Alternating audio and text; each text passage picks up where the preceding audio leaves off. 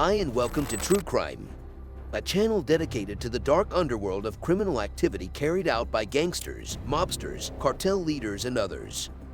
Let's get started. In Netflix Queen of the South, Teresa Mendoza is a fearless and cunning lady who will do anything to defeat the Mexican cartel. But what if I told you that this fictional character is based on a real female narco from Guatemala? It's slowly becoming apparent how significant a role women play in the Central and South American narcotics trade. Forget about Pablo Escobar, El Chapo, and Las Petronas. You know who is taking the world by storm? Marllory Chacon Roselle was a part of this web that went right to the top of Guatemala's political as well as criminal elite. She was absolutely right in the eye of the storm. 5 years after Marllory Chacon received her 26-year prison sentence, on October 4, 1972, she was born in Guatemala City, the nation's capital. The first thing that was made clear about Marllory was that she was very intelligent. I spied to a former DIA agent and he said that, had Marllory been in the legal world, where she could have reached the CEO position in some big company, that she was different to you and had very high-end skills, and it just so happened that she decided to apply those in the trade instead, a former DIA agent said. In fact, Marllory was never interested in the legal world. Marllory was quite young when she decided she wanted to make it big in the criminal underworld. After graduating from high school, she enrolled in a university to study psychology, but after a few years, she dropped out and pursued the narcotics trade instead. She quickly rose to become one of Guatemala's top money launderers and later one of Central America's. It is unknown if her family had any connections to the Guatemalan cartels or if she made this decision on her. The DIA claims that she once cleaned $10 million each month while working extensively for powerful Mexican gangs. Miller Richard Kahn's drug trafficking activities and her ties to the Mexican drug cartels make her a critical figure in the narcotics trade. According to the U.S. Treasury, Marllory knew how the South American cartels operated and how necessary it was to be extra ruthless to rise to the top. Marllory had no intention of staying under the radar. She was determined to become the very best in her field. Marllory had perfected the art of money laundering, but there was one thing she lacked: connections. She spent time cultivating relationships throughout Guatemala. It was an $8 million deal, but Marllory's first buyer backed out, so she secured a new deal with Lou Lorenzana, a powerful drug lord and the younger brother of Don Balda. Soon, she had a network full of drug lords and ruthless criminal businessmen, and then came Las Petronas, a network of female narcos bosses in Guatemala, Mexico, Honduras, and El Salvador. I was told that her brothers would kidnap young women, take them to their mansion, rip them, and pass them to the security guards. Marllory wasn't just a bystander either. She may have used her feminine charms to seal deals with cartel men, but she intimidated people first with the security guards who were always around her.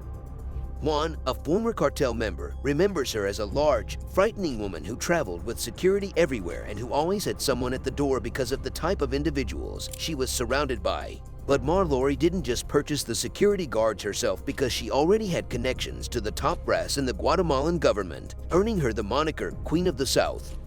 Lori had made friends with individuals who held very high positions in the government and was a part of a web that went all the way to the top of Guatemala's political and criminal elite, placing her smack dab in the middle of the storm. Because the government itself was protecting her and her company, she felt invincible.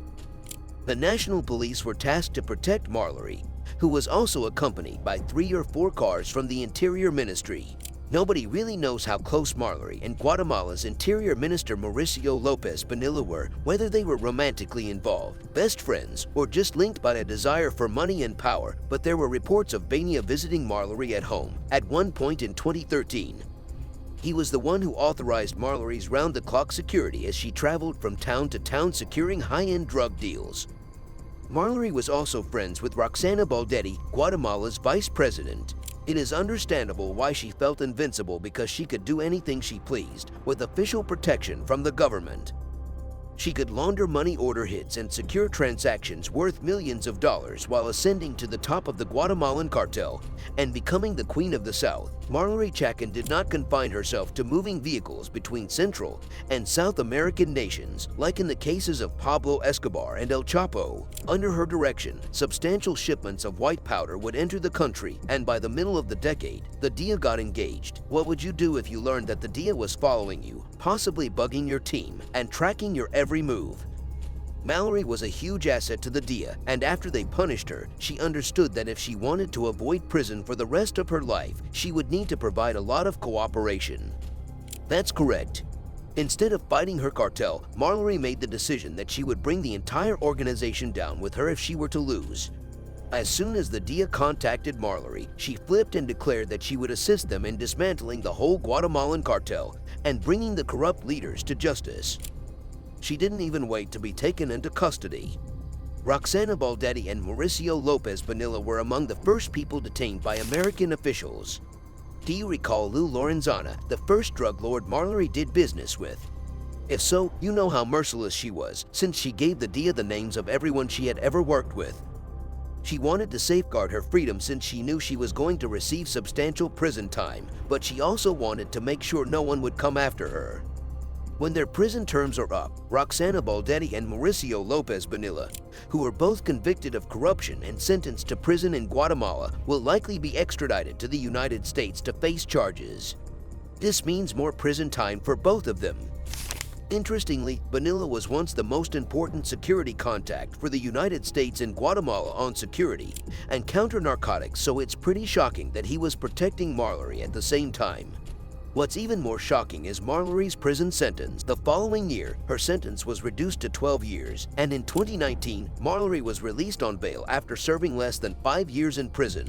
This illustrates how much ratting on your former allies can reduce your sentence, but don't feel too bad for them. In 2014, she was facing 26 years in prison on several charges, including trafficking and money laundering. She was expected to serve this many years in Miami Federal Prison. Being an active part of a cartel is really impressive, if you ask me, because it's typically a dog-eat-dog environment with cartels. Remember La Flaca, who was left dismembered in various boxes around Mexico when she was around 20 years old? Yes, again, most of these women are subjected to hard labor and low-pay department. Some women make it to the higher ranks like paid assassins, but they often die young in a truly gruesome death, and the very few that make it to the top are so violent that it's no longer badass. When you kill and maim to get to the top of the trade, there is nothing. Say that women in violent industries, and this does indeed apply to legal industries as well, have a tendency to be more violent than men, so that the men in their immediate environment will take them seriously. Many notorious cartel men don't believe that women are capable of violence because they have been viewed for so long as wives, girlfriends, or victims. This was evident in the case of Marllory Chacon too, as it appears that during her Sebastiana Cotton Vasquez trials, the Lorenzana brothers openly mocked them and cut short their testimony. In the end, the two women got their last words by testifying against him and seeing them jailed for life. Although it is unknown exactly where Marllory resides, it is safe to assume that she won't be returning anytime soon. After testifying against nearly all of your former allies, it is probably unsafe to walk those streets and with her politician friends in jail. It is unlikely that she will ever have official protection again. The reign of the Queen of the South appears to have come to an end. She must now lead a normal middle-class life while remaining out of trouble and providing no justification for the DEA to detain her once more. Now, while some newspapers claim that Netflix's Queen of the South is based on the character of Marllory, others claim that it is based on Sandra Avia Batran, who was once known as the Queen of the Pacific and who was also a high-ranking cartel boss who ordered massive shipments of white powder into the US. While it is difficult to say which female narcos specifically inspired this series or whether the directors were inspired by both. Thank you for watching another amazing video from our true crime team. Like, comment, and subscribe, and stay tuned to our next real-life true crime video.